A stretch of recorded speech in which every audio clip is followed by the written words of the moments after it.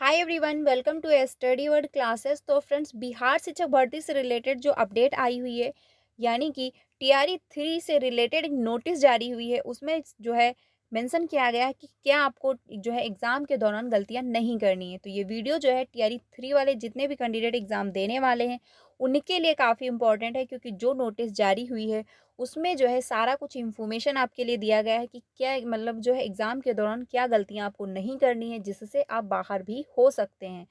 तो टीआरई 3 के लिए जो आवश्यक सूचना जारी हुई है उसको हम लोग समझने वाले हैं। साथ ही आपका जो है उम्र सीमा में छूट नहीं मिलेगी टीआरई 3 में।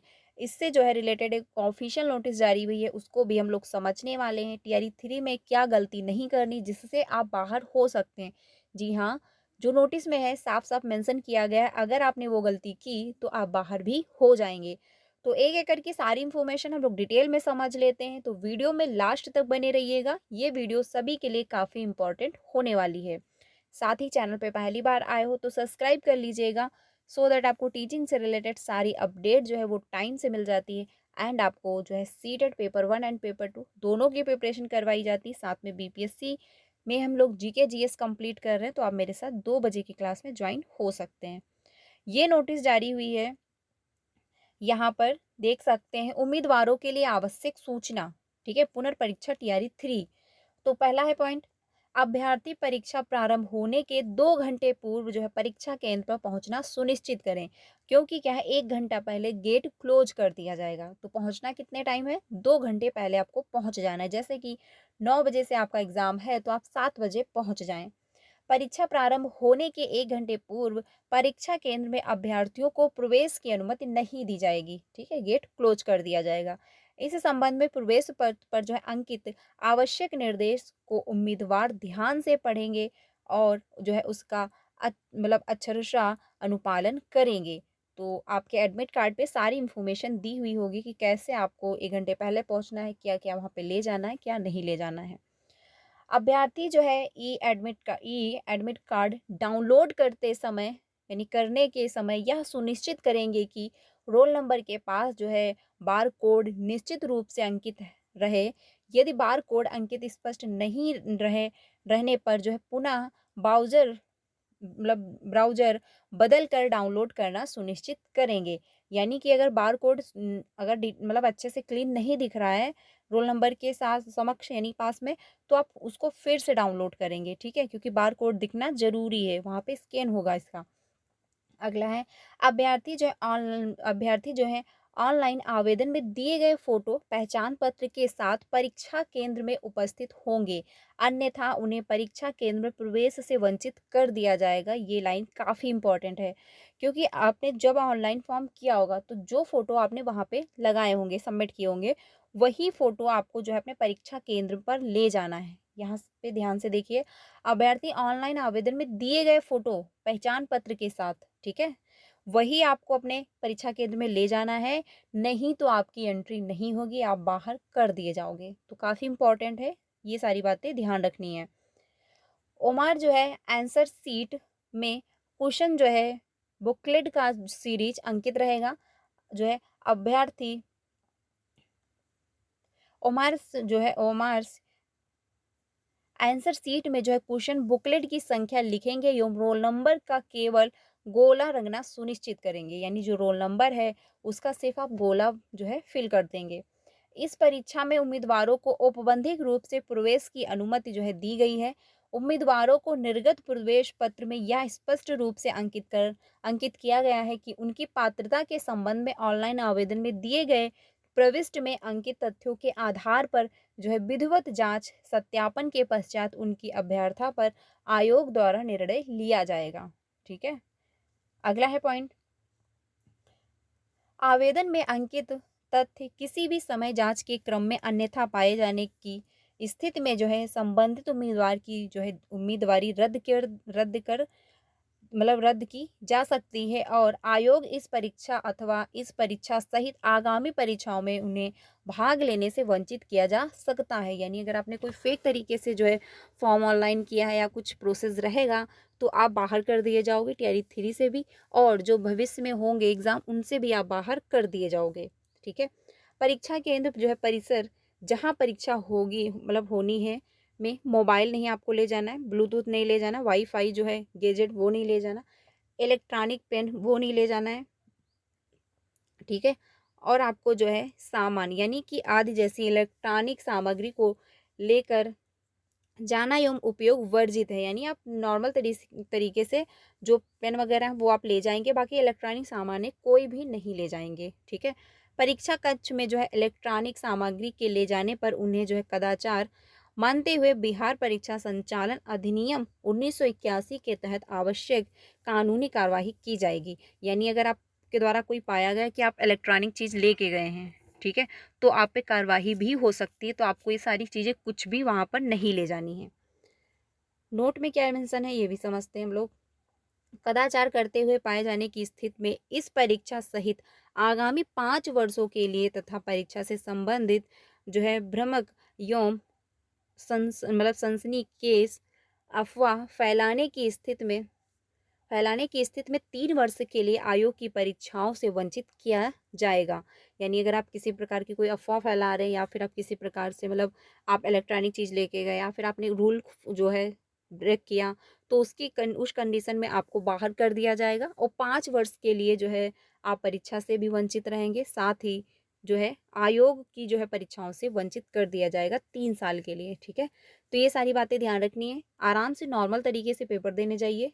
अपनी तैयारी अच्छे से करिए, अपने पे भरोसा रखिए, बाकी चीटिंग वगैरह करने के चक्कर में ना पड़ें और इलेक्ट्रॉनिक चीज़ें आपको कोई भी नहीं ले जानी है। तो ये सारी बातें ध्यान रखनी है, नहीं तो एंट्री नहीं होगी। इम्पॉर्टेंट है सारी चीज़ें ध्यान रखना और जिस पाली में आप एक से ज़्यादा पाली में अगर आप एग्ज़ाम देने वाले हो तो उसकी फ़ोटोकॉपी एक्स्ट्रा आपको रखनी है, ठीक है? तो ये सारी जो है चीज़ें आप लोग ध्यान रखिएगा। अब बात करते हैं जो ये नोटिस जारी हुई थी हाई कोर्ट की तरफ से जो है आपके उम्र सीमा के जो है छूट यानी एज रिलैक्सेशन से रिलेटेड, तो इसमें जो है मेंशन किया गया था कि आप लोगों को एज रिलैक्सेशन दिया जाएगा।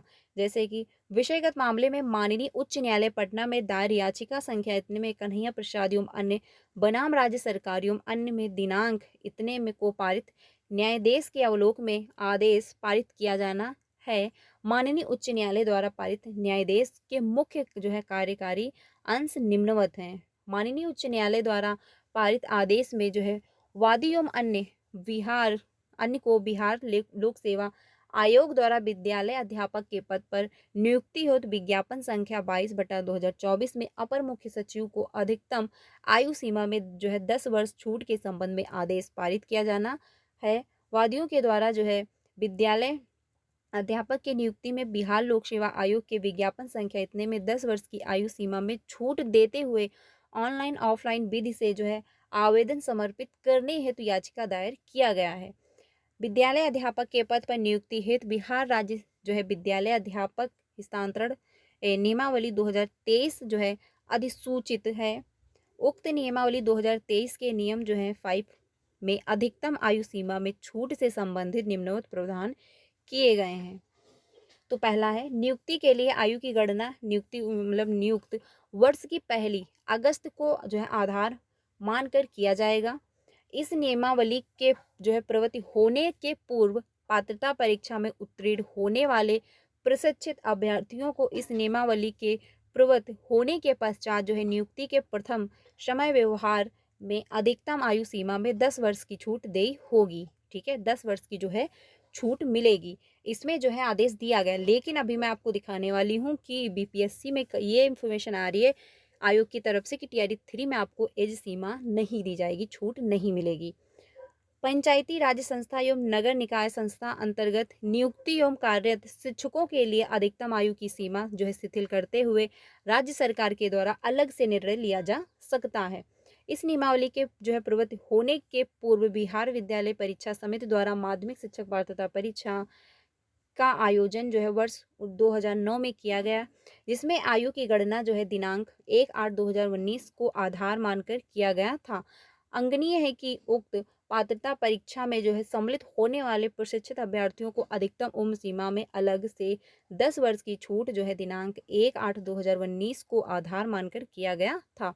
उक्त स्थिति में जो है इस नियमावली के नियम जो है 19 जो है में जो है दे शक्तियों के जो है परिप्रेक्ष्य में शिक्षा विभाग की अधिसूचना संख्या इतने में जो है दिनांक के द्वारा स्पष्ट जो है किया गया कि विद्यालय अध्यापक नियमावली 2023 के प्रवृत्ति होने के पूर्व पात्रता परीक्षा में उत्तीर्ण होने वाले प्रशिक्षित अभ्यर्थियों को इस नियमावली के जो है प्रवृत्ति होने के पश्चात नियुक्ति के प्रथम श्रम व्यवहार में अधिकतम आयु सीमा में जो है 10 वर्ष की छूट जो है दिनांक 1/8/2023 को आधार मानकर देय होगी।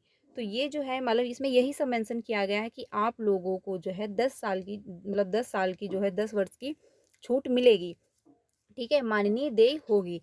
लेकिन जो ये नोटिस जारी हुई है यहाँ पर आप लोग देख सकते हैं,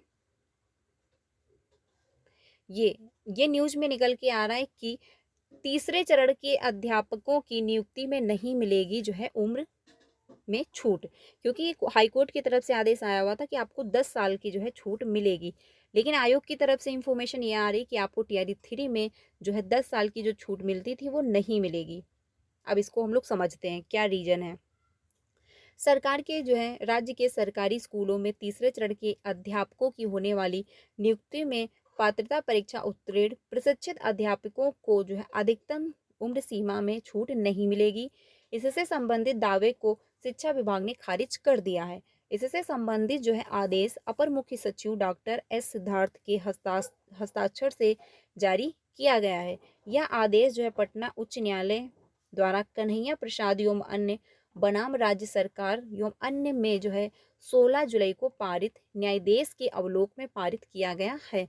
शिक्षा विभाग ने अपने आदेश में कहा कि बिहार लोक सेवा आयोग द्वारा विद्यालय अध्यापकों की नियुक्ति के लिए प्रथम समय व्यवहार की नियुक्ति प्रक्रिया में बिहार राज्य विद्यालय अध्यापक